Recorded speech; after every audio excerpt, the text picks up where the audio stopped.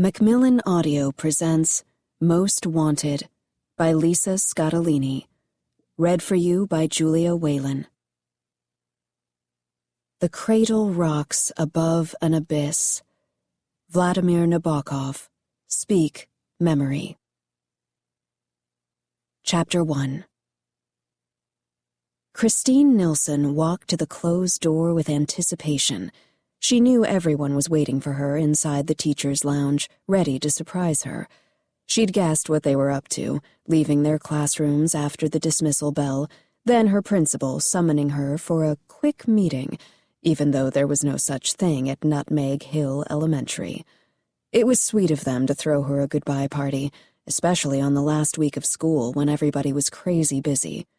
She felt grateful and loved all of her fellow teachers, except Melissa Rue, resident blabbermouth.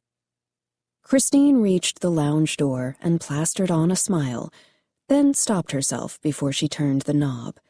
She could manufacture enthusiasm like a professionally cheery machine, but that wouldn't do. Her friends knew the difference between teacher enthusiasm and real enthusiasm, and she didn't want to fake anything. She was going to truly enjoy every minute of her party, which was the end of her teaching career, at least for now. She had finally gotten pregnant, and she was going to stay home with the baby, embracing her new mom's status like an immigrant to the United States of parenthood. The notion flooded her with a hormonal wave of happiness, plus residual clomid. Pregnancy may have been a breeze for other couples, but it had been a 3-year struggle for Christine and her husband Marcus. Thank God it was over, and she was looking forward to painting a nursery, buying a crib, and fetishizing motherhood in general.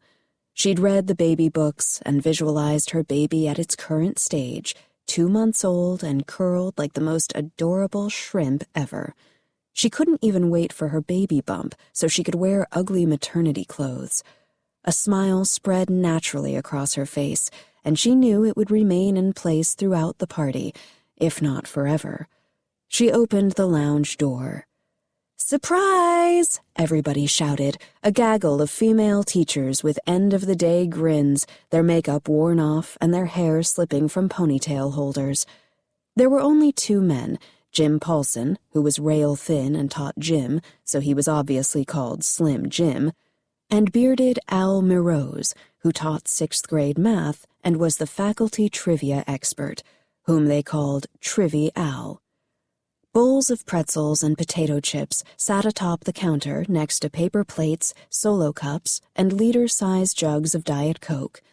The damp aroma of brewing coffee permeated the air, and the bulletin board held notices from the district under a sign, "The best way for students not to act like the school year is over is for teachers not to act like the school year is over." Under that, someone had written, "Get over yourself."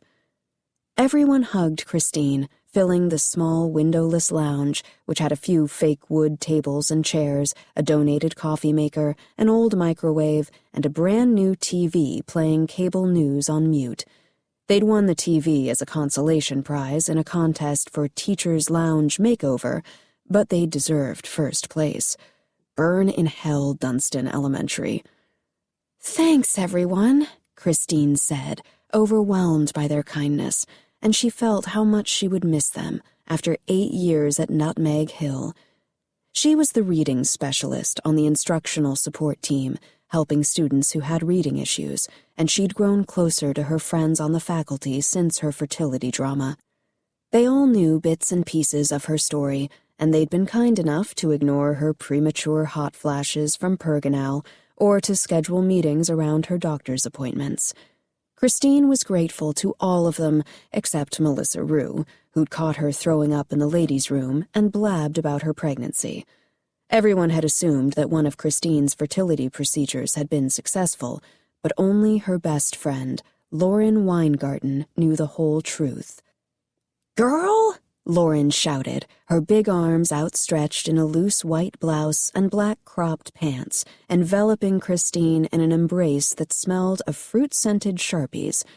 Lauren was the academic coach at school, so she taught the faculty whichever new curriculum came down from Common Core, which they all called Common Enemy.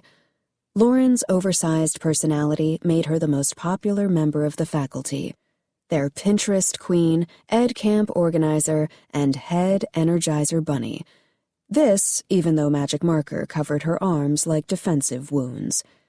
"Thanks so much, honey," Christine said, touched, when Lauren finally let her go.